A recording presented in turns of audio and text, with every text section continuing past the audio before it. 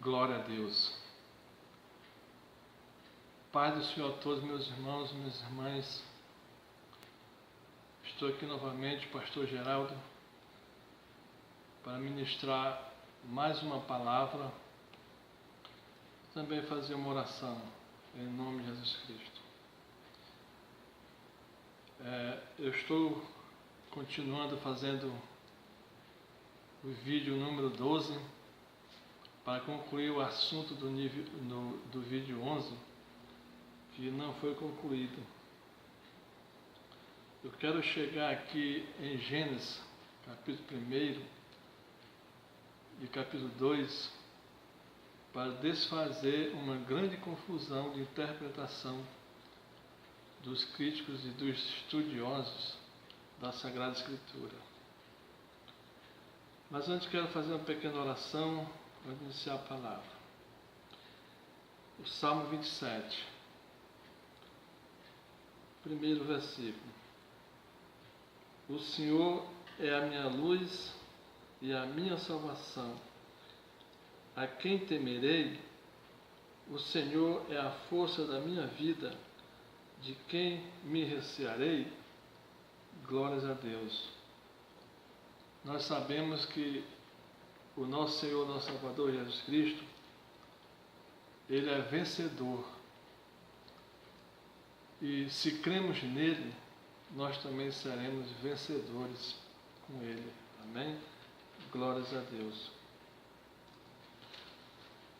Então, eu quero iniciar esta pregação, que também é um ensino, de Gênesis capítulo 1, versículo 1. E o meu propósito é chegar aqui no capítulo 2, onde nós vamos ver que o capítulo 1 trata-se da criação nos mundos divinos e espirituais, enquanto o capítulo 2 trata da formação na Terra, no globo terrestre, que é essa confusão que muitos intérpretes fazem. Muitos intérpretes acham que o capítulo 2 foi escrito por outro autor e não Moisés. E acho também que foi escrito numa outra época, usando um outro hebraico, porque eles acham que não existe harmonia entre o capítulo 1 e o capítulo 2.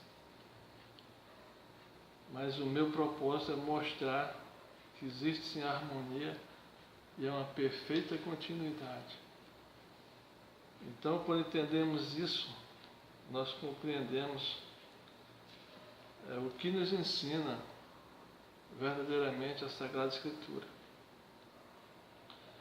Versículo 1 do capítulo 1, a palavra de Deus nos diz: no princípio criou Deus os céus e a terra. Ora, a palavra de Deus fala que criou os céus. Então, aqui não está se referindo a esse céu que a gente olha e vê as nuvens, vê os pássaros também. Não. Esse céu é o céu físico, é o céu material. Mas aqui está falando dos céus espirituais. Porque primeiro Deus criou os céus e depois a terra. Ou seja, criou os céus espirituais e depois o corpo físico, o globo físico da terra. Porque Deus sempre cria do plano divino para o material. A criação vem de cima para baixo. Então Deus criou o corpo divino da terra, a dimensão divina. Depois criou o corpo espiritual, depois o corpo mental, depois o corpo emocional, depois o corpo vital, depois o corpo material. Veja bem, eu estou falando em corpo espiritual, corpo mental. Alguém pode perguntar: a terra tem espírito? a Terra tem mente? A Terra tem emoção? Eu digo que sim. A Terra é um ser vivo completo. O nosso planeta tem espírito, mente, emoções e vida. É fácil comprovar isso pelas observações. Quando nós saboreamos uma fruta, uma maçã, uma uva, uma pera, de onde vem o delicioso sabor? Vem da vida da terra, porque ela é um ser vivo. Então, esses céus são as esferas espirituais que envolvem o corpo físico da Terra, o globo terrestre.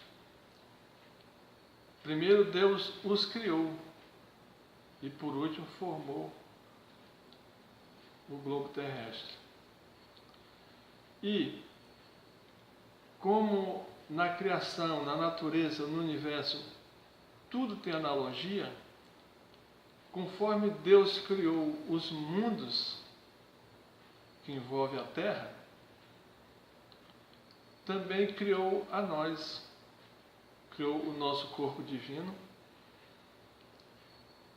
da substância do corpo divino da Terra, criou o nosso espírito, da substância espiritual da Terra, criou a nossa mente, a nossa emoção, nosso corpo emocional, o nosso corpo vital e, por último, formou o nosso corpo físico. Se nós quisermos compreender como Deus formou o nosso corpo, no caso o primeiro corpo, o de Adão, com toda certeza não foi fazendo um boneco de barro, não. Esse boneco de barro nunca existiu. Se nós quisermos compreender como Deus formou o primeiro homem, é o bastante olharmos como ele hoje forma uma criança no útero de uma mãe. Como é que Deus forma uma criança no útero de uma mãe hoje? Veja bem, o útero de uma mãe é uma das regiões mais escuras que existe na natureza do universo. E ali naquela região escura, Deus forma o ser humano. E também o ser humano é formado dentro da placenta da mãe, dentro do líquido aniótico, que é um líquido semelhante à água do mar. Então nós vemos que, assim como Deus hoje tem esse laboratório divino, onde ele forma uma vida, ele teve também um laboratório divino onde ele formou o primeiro homem. Que hoje, quando nós estudamos a ciência, nós vemos que a vida é formada dentro da água, no profundo do oceano, nas regiões escuras. É lá que são formadas as primeiras vidas, as larvas, para dali se formar os organismos mais complexos. E quando vemos o estudo que a ciência está fazendo, como se processa o desenvolvimento da vida na Terra, lá no profundo do oceano, nas regiões escuras, nós vemos que tudo que acontece ali, a seletividade que acontece ali, muitos processos que acontecem ali, tem uma direção divina. Nós vemos que o Espírito de Deus está ali, formando aquelas vidas, lá no profundo oceano. Da mesma maneira como diz no primeiro e no segundo versículo do primeiro capítulo de Gênesis, que a terra era informe, era vazia, e havia trevas, e havia abismos, mas o Espírito de Deus pairava sobre as águas. Ou seja, a função do Espírito Santo de Deus nas águas é formar a vida. Então, isso que eu estou falando exige muita atenção, muito estudo. Isso que eu estou falando não invalida o que Deus disse na Bíblia. Deus disse que Ele formou o homem do pó da terra, ou seja, dos elementos da terra. Porque são através dos elementos que a vida é criada. Amém? Glórias a Deus. Glórias a Deus. Então, Deus criou as dimensões, os planos divinos espirituais da Terra e, por último, formou o globo terrestre. Como também Ele criou os nossos corpos espirituais, o divino, o espiritual, o mental, o emocional, o vital, para, por último, formar o nosso corpo na Terra, que é o que diz no capítulo 2 de Gênesis, a partir do versículo 5, que é a parte que causa mais confusão na mente dos estudiosos da Bíblia. Conforme fala Russell Norman Champlin no seu livro O Antigo Testamento Interpretado versículo por versículo. Ele fala dessa confusão dos intérpretes e críticos da Bíblia. Porque, veja bem, em todo o capítulo fala que Deus criou todas as coisas. Aqui no versículo 26 do primeiro capítulo, Deus diz: façamos o homem a nossa imagem, conforme a nossa semelhança. E no versículo 7, ele diz: e criou Deus o homem, a sua imagem, a imagem de Deus o criou, macho e fêmea os criou. Ou seja, Deus criou tudo, todas as coisas, as plantas, os animais, criou o homem, criou a mulher também. Só que tudo isso se passou nos planos espirituais, nos planos divinos.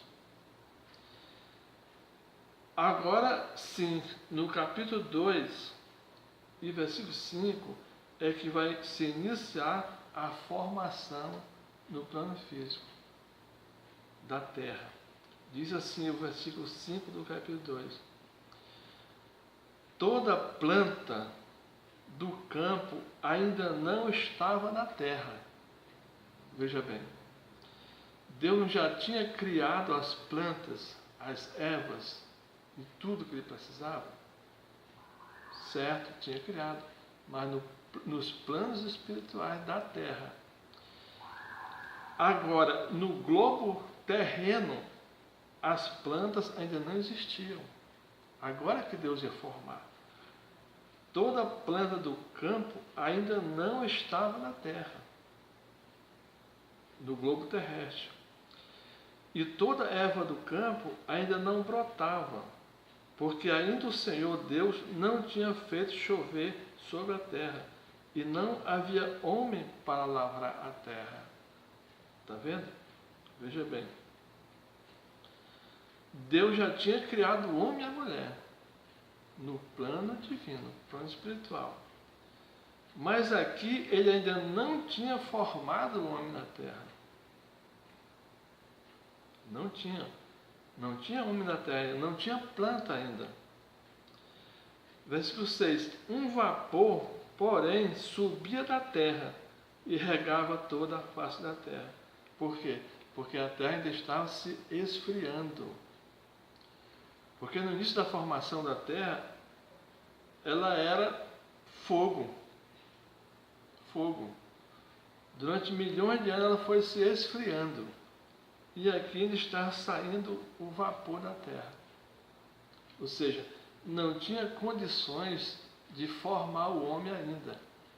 Não tinha condições de formar a vida. Porque o planeta Terra passou muitos milhões de anos sendo formado. Para esta parte que eu quero chamar a atenção por causa do contexto dessas pregações que eu estou fazendo nesses vídeos. Veja bem, Deus nos criou no mundo divino, mas se passou muitos milhões de anos para Ele nos formar na Terra, enquanto a Terra apresentava as condições para receber a vida. Então, durante todo esse espaço de tempo, nós, a nossa alma, o nosso espírito, nós vivíamos espiritualmente no mundo espiritual. Então, é isso que eu quero chamar a atenção de todos. Que eu venho sempre repetindo que aquelas pessoas que acham que quando o homem morre tudo se acaba. Acabou a vida, pronto. Não devo nada para ninguém, pronto. O que eu fiz na terra está tudo esquecido. Não, não é assim. A alma sobrevive à morte, porque só quem morre é o corpo físico.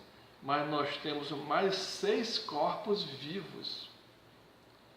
Quando o corpo adoece e morre, ou sofre um acidente e morre,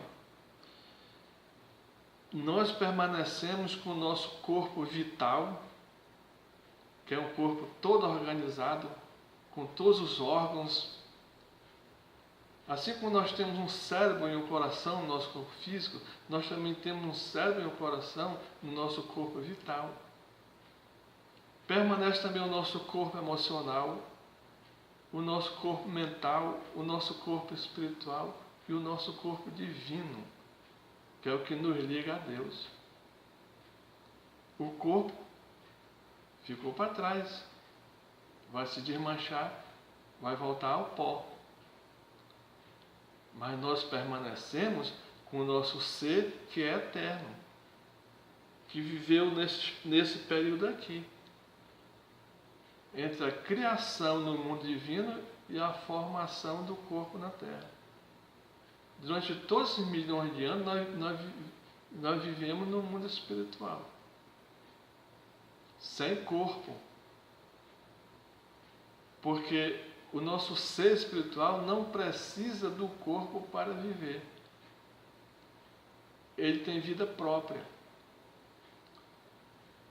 O nosso espírito, nós precisamos do nosso corpo para vivermos aqui na Terra, para aprendermos, conhecer as leis de Deus, a vontade de Deus e conhecer a Deus. Mas nós não precisamos do corpo para viver. A nossa alma, o nosso espírito tem vida própria e ela vive eternamente. Deus jamais destruirá uma alma que Ele criou. Nós vimos lá em 1 Pedro que Jesus se manifestou espiritualmente no inferno para levar a mensagem dele àquelas almas perdidas que estavam lá no inferno, no abismo, desde o tempo de Noé.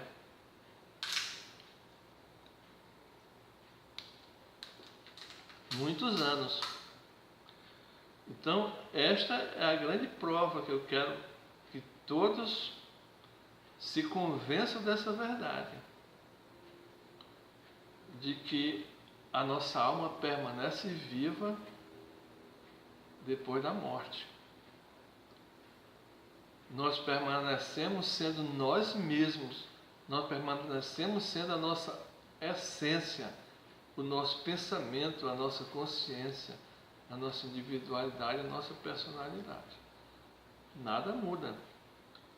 Continuamos levando as nossas culpas dos erros praticados na Terra. E vamos ao julgamento.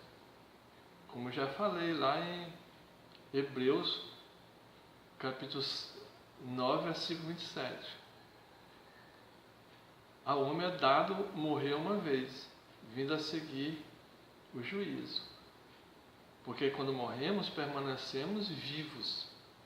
E vamos ao julgamento porque nós permanecemos sendo a mesma pessoa. Com a mesma culpa, com os mesmos méritos. Nada muda. Então, eu estou batendo nessa mesma tecla. Justamente para que aquelas pessoas que escolhem passar a vida toda fazendo mal, prejudicando, destruindo as pessoas, elas, ao morrerem, vão continuar sendo elas mesmas. Não mudarão. Estamos vendo aqui em Gênesis essa realidade. Deus criou o nosso espírito, a nossa alma no mundo divino. E lá nós vivemos muitos milhões de anos como alma, como espírito, esperando que a Terra oferecesse condições para Deus formar o nosso corpo. Eu já expliquei como foi que Deus formou o nosso corpo. Ele formou na água, no fundo do mar, como Ele forma hoje a criatura, o bebê, a criança, no útero da mãe. Ou seja, o útero da mãe, o laboratório divino do útero da mãe, é uma réplica, é uma analogia do que Deus faz no fundo do mar. Que Ele continua fazendo ainda. Ele continua criando vida ainda. A criação de Deus não parou, continua. Se nós quisermos ver como foi que Deus criou, como Deus criou a vida, como Deus nos criou, como Deus criou a vida no passado e como Deus nos criou, basta olhar para o que Deus está fazendo hoje ainda no fundo do mar. Ele continua criando a mesma vida. Porque Ele continua trazendo almas para habitar as formas de vida. Ele cria as almas e cria e forma as formas de vida para habitar as formas de vida. Porque esse é o propósito de Deus. Ele cria a alma, mas cria as formas de vida e coloca a alma nas formas de vida para que elas desenvolvam a consciência. As larvas de vida lá no fundo do oceano estão desenvolvendo a sua consciência. E se os cientistas abrirem bem os seus olhos, vão ver que em todos os processos de criação da vida, de formação da vida, existe a presença do Espírito de Deus, existe a presença da sabedoria de Deus.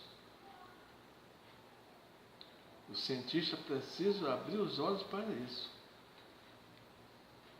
E tem mais revelação de Deus aqui.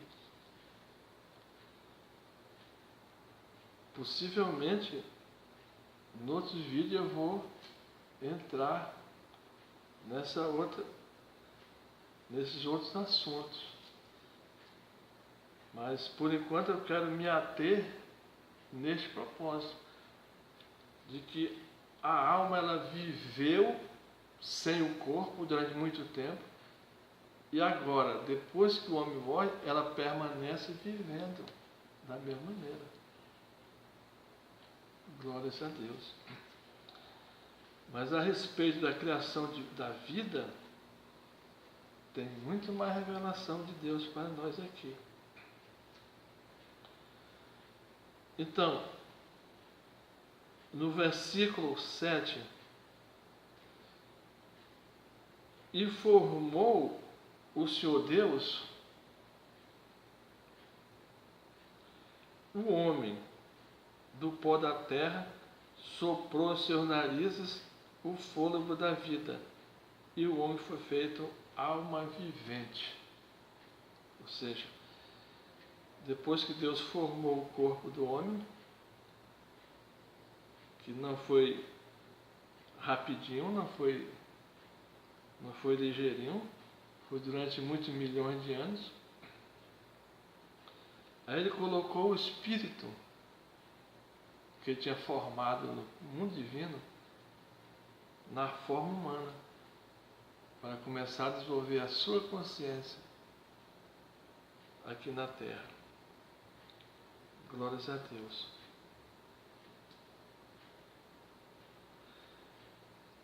E no mundo divino, Deus criou o homem e a mulher, o macho e a fêmea. Deus criou. Deus criou o espírito do homem e o espírito da mulher. Já na terra, ele formou o corpo do homem, e do corpo do homem ele retirou o corpo da mulher. Que aí já é um outro processo que ele usou. Na criação ele criou o espírito do homem e o espírito da mulher. Mas na terra ele formou o corpo do homem, e do corpo do homem ele formou o corpo da mulher. Aí já é outro mistério de Deus que não se deve falar agora. Glórias a Deus. Mas eu quero frisar bem essa situação, que é o meu contexto, a minha preocupação, que eu quero provar, eu estou provando aqui na Bíblia, que eu tenho razão, que, veja bem, quando houve o dilúvio, a Bíblia relata aqui que somente 8 pessoas da família de Noé sobreviveram. Foi somente a família de Noé que deu ouvido a Deus. Que Deus falou que ia haver o dilúvio, ele ia dizimar toda a humanidade desobediente, rebelde. E realmente aconteceu. Somente a família de Noé sobreviveu. A pergunta que eu faço é a seguinte: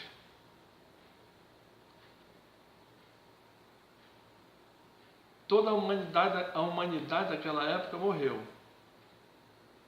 Morreu o corpo físico. Mas a alma, o que Deus fez da alma daquela humanidade? Nós vimos lá em 1 Pedro que muitos, na época de Jesus, ainda estavam no abismo. Ainda estavam no abismo. Muitos rebeldes. Mas não todos, porque muitos na hora da morte, morrendo afogados, se arrependeram. Então, esses que se arrependeram não foram para o abismo, foram para um local melhor, um local espiritual melhor. Então, é isso aí que nos prova como foi que a humanidade se recompôs voltou a crescer. Voltou a crescer. Porque mais adiante, em Gênesis, nós vemos que a família de Noé se multiplicou e rapidinho a humanidade cresceu e formou-se muitos povos, muitos reinos a partir de Noé. Então, nós vemos aí que Deus, Ele não destruiu as almas dos homens no dilúvio, porque Ele trouxe de volta. Ele trouxe de volta através do renascimento. Aconteceu o mesmo que aconteceu, que Deus falou que iria fazer ao profeta Ezequiel 37. Lá na Babilônia, que Deus falou ao profeta para que ele falasse aos judeus que foram exilados para a Babilônia, que mesmo que eles morressem, Deus iria abrir a sepultura deles e iria trazê-los de volta para Jerusalém, para a terra natal deles. E Deus realmente fez isso. Ele fez que renascessem os judeus que morreram na Babilônia lá em Jerusalém. Renasceram. Mas Deus não abriu a sepultura deles, não. Deus trouxe eles de volta através do útero das mães judias, através do renascimento. Através do renascimento. A mesma coisa ele fez com aquele povo que morreram na época de Noé, através do renascimento. E na Bíblia nós temos muitas passagens que comprovam isso. Por que eu sempre digo renascimento? Eu não gosto da palavra reencarnação. Eu não gosto, que é uma palavra que não é correta. Porque o Espírito ele não reencarna. O Espírito ele não encarna. O Espírito ele não toca na matéria. O Espírito ele dirige a matéria através da indução eletromagnética. Se eu tenho, o meu Espírito tem vontade de erguer o meu braço, ele gera uma energia eletromagnética que passa pela minha mente. E o meu cérebro, ele capta essa corrente elétrica e transforma em energia elétrica e conduz através dos meus nervos e dos meus músculos. Mas o meu espírito não toca na matéria. O espírito não toca na matéria. Ele apenas induz força elétrica na matéria. Ele interpenetra e envolve a matéria, mas não toca na matéria. Então esse termo reencarnação ou encarnação é um termo incorreto. Por isso que eu gosto de chamar o termo de renascimento. Porque o renascimento é uma lei cósmica, lei universal, lei da natureza. O renascimento existe em todas as coisas. Amém? Glórias a Deus, glórias a Deus. Vamos ficar por aqui. Possivelmente nós vamos fazer mais uns vídeos falando dessa questão da alma, da sobrevivência da alma e das dimensões espirituais em torno da Terra e das nossas dimensões também espirituais, dos nossos corpos espirituais. Aí, posteriormente, quero fazer um vídeo falando sobre o pecado e sobre a memória do universo, que o universo ele não se esquece. Ele grava todas as nossas ações. Jesus Cristo explicou isso na Bíblia. Jesus Cristo falou para os apóstolos: quanto a vós, todos os cabelos da cabeça de vocês são contados.